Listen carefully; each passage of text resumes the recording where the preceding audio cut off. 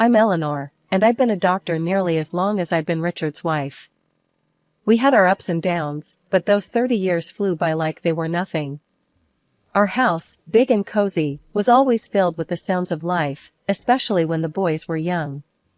James and Oliver, our sons, were as different as night and day, yet they both brought their own kind of joy into our lives. Richard and I, both doctors, worked hard to build a comfortable life. We managed to buy a couple of apartments over the years, renting them out for some extra income. Life seemed set on a good path, until the day Richard came home looking pale and more serious than I'd seen in years.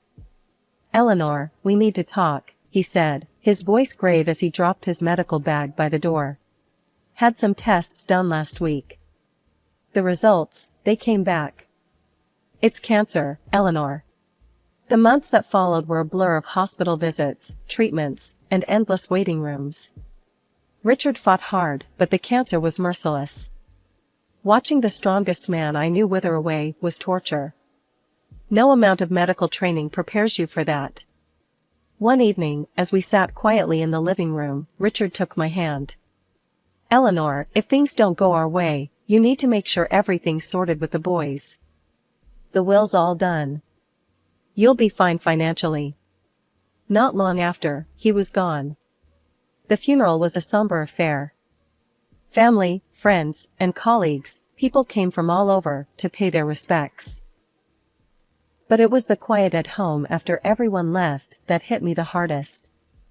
Empty spaces Richard used to fill, his things just where he left them. It hurt to see, to remember. A few days post-funeral, I was in the kitchen trying to make sense of leftover food when James stormed in, his face all twisted up in worry and anger. Oliver trailed behind him, looking like he wanted to be anywhere but here. "Mom, we need to talk about Dad's will," James said, cutting straight to the chase as he always did. I sighed, setting down the cling film. "Yes, I know. Your father left everything to me. He wanted to make sure I was taken care of." James slammed his hand on the counter. "But what about me and Oliver? We're his sons. It's not right that we get nothing now." Oliver piped up, trying to smooth things over. "James, let's not jump into this so hot-headed. Mom's still grieving. We can sort this out without arguing." James shot him a glare. "Easy for you to say. You're not thinking about the future. I am." I leaned against the counter, feeling the weight of their stares. "Your father and I built this together. He trusted me to handle things. But I hear you, James. It's not my plan to cut you out." "So, what, then?" James said, crossing his arms, his voice rising a notch. "We just wait until, what? You think it's a good time to give us our share?" "James, watch your tone," I snapped, my patience fraying. "I am still your mother." Oliver stepped between us, his hands up like a referee. "Both of you, please. This isn't helping. Mom, maybe there's a middle ground here?" I nodded, rubbing my temples. "Okay, here's what we can do. The apartments your father and I invested in." "The ones downtown?" James interrupted.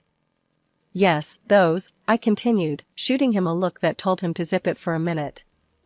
"I was thinking, you each take one. They're yours to live in or rent out. And from the savings, let's say $25,000 each, to help you get started on whatever you need." James chewed on his lip, clearly doing the math in his head. "And the rest of the stuff? The house, the money? That stays with me. For now.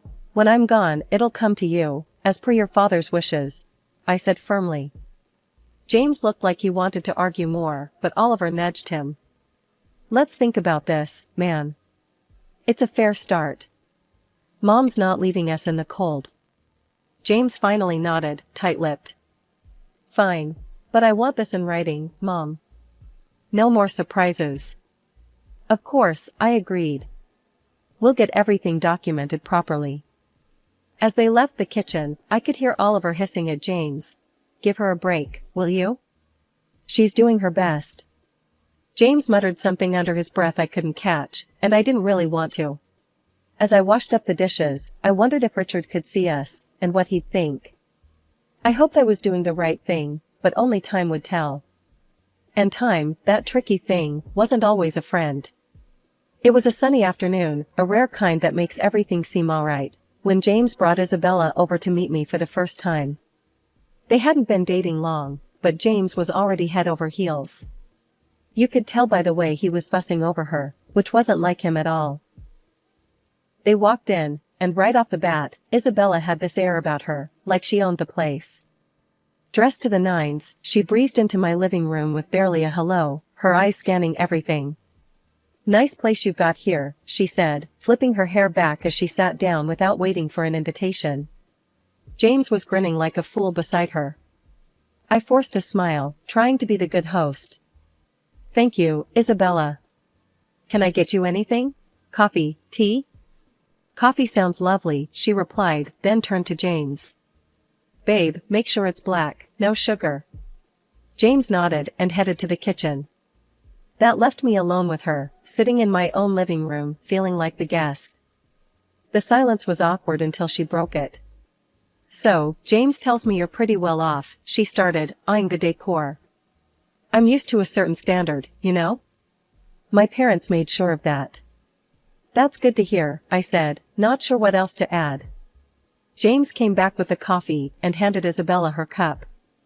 She took a sip and made a face. It's all right. Anyway, we've been discussing our future together. Planning ahead, you know? That's wise, I said, glancing at James, hoping he'd give me some clue about where this conversation was heading. Isabella set her cup down. Yeah, and speaking of planning, we were thinking about the wedding. You know I want something special, James has probably told you. I saw this place, perfect for a rehearsal dinner, but it's a bit pricey. It's about $30,000. I choked on my coffee. $30,000?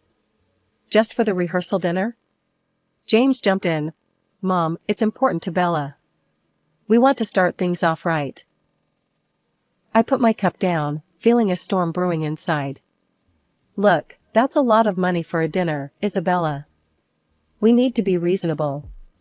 Isabella's face hardened. Reasonable? James says you have the means. I don't see why we should compromise on something that important. James was nodding along with her, but I could see the unease in his eyes. He knew he was asking too much. I'm all for celebrating, I said, trying to keep my voice even. But $30,000 is beyond excessive. I can't justify that. Isabella stood up, her chair scraping loudly against the floor. I'm not used to compromising on my standards, Eleanor. I was clear with James that I expect a certain lifestyle. James tried to smooth things over. Mom, maybe we can find a middle ground? There's no middle ground on $30,000 for a dinner, James. That's final, I snapped, losing my patience. Isabella picked up her purse, glaring at me. Fine. If that's how it's going to be, then maybe we need to reconsider some things. They left soon after. I sat there, reeling from the encounter. The nerve of that girl, coming into my home, drinking my coffee, and telling me how to spend my money. It felt like a slap in the face, a wake-up call I wasn't ready for. I was out at the grocery store when James and Isabella decided to drop by again. By the time I got home, Oliver was awkwardly entertaining them in the living room. The atmosphere was tense, the kind that makes you want to turn around and leave, but it was my house, so I braced myself and walked in. Isabella, all dolled up as usual, handed me a list as soon as I set down my grocery bags. Eleanor, we thought a lot about the wedding gifts, and here's what we've settled on. I hope this will be easier for you to handle. I skimmed the list she first handed me. It was surprisingly sensible. Kitchen appliances, some nice china, even a couple of pieces of furniture. This seems quite reasonable, I said, feeling a momentary relief. I think these are wonderful choices. Really? James looked at Isabella, a hopeful expression crossing his face. But just as I was about to discuss where we could buy these items, Isabella's expression changed abruptly.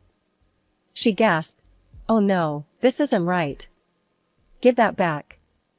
She snatched the list from my hands and rummaged through her purse, pulling out another sheet of paper. Here's the actual list.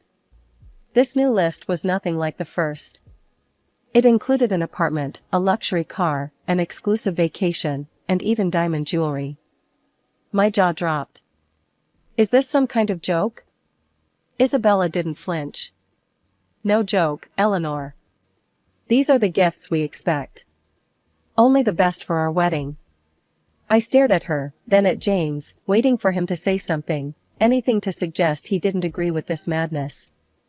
But he just stood there, looking between us, clearly conflicted but silent. I couldn't hold back. James, why are you letting her do this? You know this is unreasonable. Isabella cut in, her voice rising. This doesn't concern you, Eleanor. You just need to pay up and keep quiet. That's when Oliver stood up, his face set hard. That's enough, Isabella. You're not going to talk to our mom like that. This is her house, and you're way out of line. You need to leave. Now. The room was thick with tension as James and Isabella gathered their things. Isabella was muttering under her breath, clearly angry. This is ridiculous. We'll remember this. They left, and the door slammed shut behind them. Sitting down, I felt the weight of the whole situation pressing down on me. Oliver sat beside me, putting an arm around my shoulders. We'll figure this out, Mom. But you can't let them bully you into giving more than you can, or should. It's not right. He was right, of course. But as I sat there with my son, I couldn't help but worry about James. How had things gotten so out of hand? How could he not see what this was doing to our family? The silence that followed was filled with unsaid worries and fears for the future. I knew then that this was far from over. It was only going to get tougher from here. The weeks that followed were a constant barrage of phone calls from James. Each one was more demanding than the last, his tone desperate, almost frantic at times. Mom, you don't understand. I can't look poor next to Bella's family. He'd argue, his voice cracking with stress. You have the money. Why can't you just help me out here? I sat at the kitchen table, phone pressed against my ear, feeling a knot in my stomach. James, it's not about the money.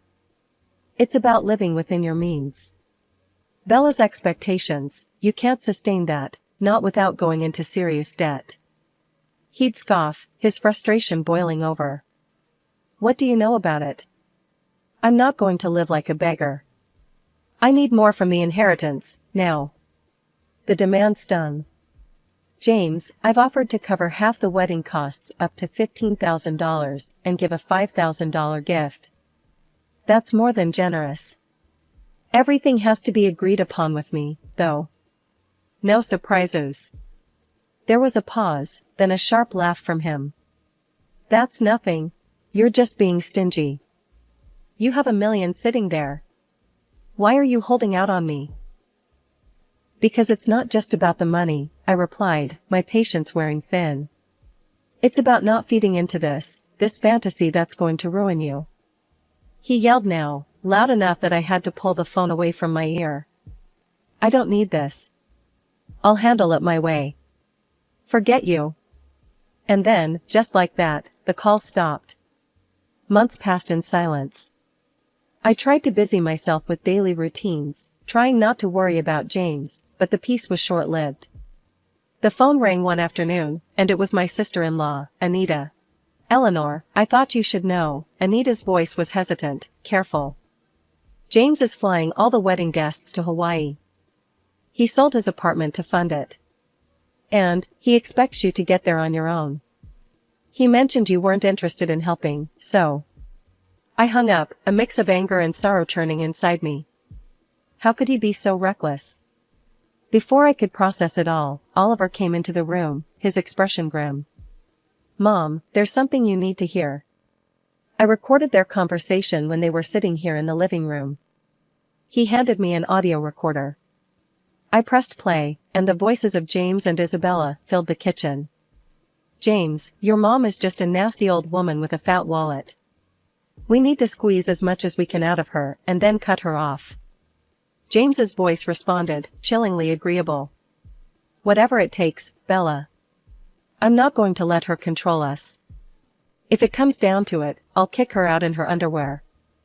I turned off the recorder, my hands trembling. To hear my own son speak like that about me, his mother, it was too much. The room spun as I tried to comprehend the depth of his betrayal. Flying to Hawaii was a decision I didn't make lightly. Oliver was by my side, both of us tense but determined to face whatever awaited us. When we landed and approached the venue, I was taken aback by the sheer opulence of it all. Flowers everywhere, lights strung like stars across the evening sky, and music floating in the air. As we walked into the gathering, I spotted James and Isabella mingling with guests. They looked like a picture-perfect couple, all smiles and laughter. My heart ached to see my son so lost in this fabricated paradise. Before I could take another step towards them, Isabella spotted us. Her smile vanished, replaced by a scowl as she marched over, her high heels clicking angrily against the stone pathway. You shouldn't be here, she hissed, stopping just inches from me, her voice loud enough to draw attention. This is my day, and you're not welcome. I was stunned, but before I could respond, her parents, who had overheard, came over. Her father, a tall, stern-looking man, spoke first. Isabella, that is no way to speak to your guest, much less to James' mother. His tone was harsh, a reprimand that made her cheeks flush with embarrassment. Her mother, looking equally appalled, turned to me with an apologetic smile. Eleanor, please, come with us. Let's find you a place to sit. They guided us away, leading us to a table at the edge of the setup, clearly an afterthought with no proper setting. The ceremony started soon after, with speeches that felt hollow given the tension. Then, unexpectedly, I was handed the microphone. I stood, my legs shaky, but my resolve firm. I came here today to wish my son and his new wife a happy future, I began, my voice steady despite the trembling inside. But I also believe in honesty and integrity, something that's been sorely missing from the events leading up to this day. Isabella's face went from pink to red, her eyes glaring daggers at me. I was asked for money, time and again, in amounts that no reasonable person would find justifiable. When I couldn't meet these demands, I was threatened with separation from my family and future grandchildren. My voice cracked a bit, but I pressed on. Oliver, seeing my distress, stepped closer, placing a supportive hand on my shoulder. I nodded at him, then turned on the audio recording he had made. Isabella's voice filled the air, cold and calculating, discussing how they would milk more money from me. James' voice agreed, saying he was prepared to leave me with nothing for the sake of his bride. The crowd murmured, the air thick with shock and disapproval. I turned off the recorder, the silence heavy. I gave my son an apartment and $25,000, and yet, it was never enough. Today, I'm making it clear, I will not be treated as an ATM or threatened. I am disowning James and Isabella. I wish them well, but from this day forward, I am choosing to remove myself from their lives. The reaction was immediate. Isabella screamed, her voice shrill and wild. You've ruined my wedding. I curse you. After everything that had happened, coming back home was bittersweet.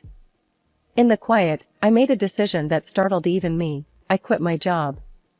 I'd spent years healing others as a doctor, but now, it was time to heal myself and rebuild the life that the recent storms had scattered. Oliver, bless his heart, had just graduated from art college and was brimming with ideas and ambition.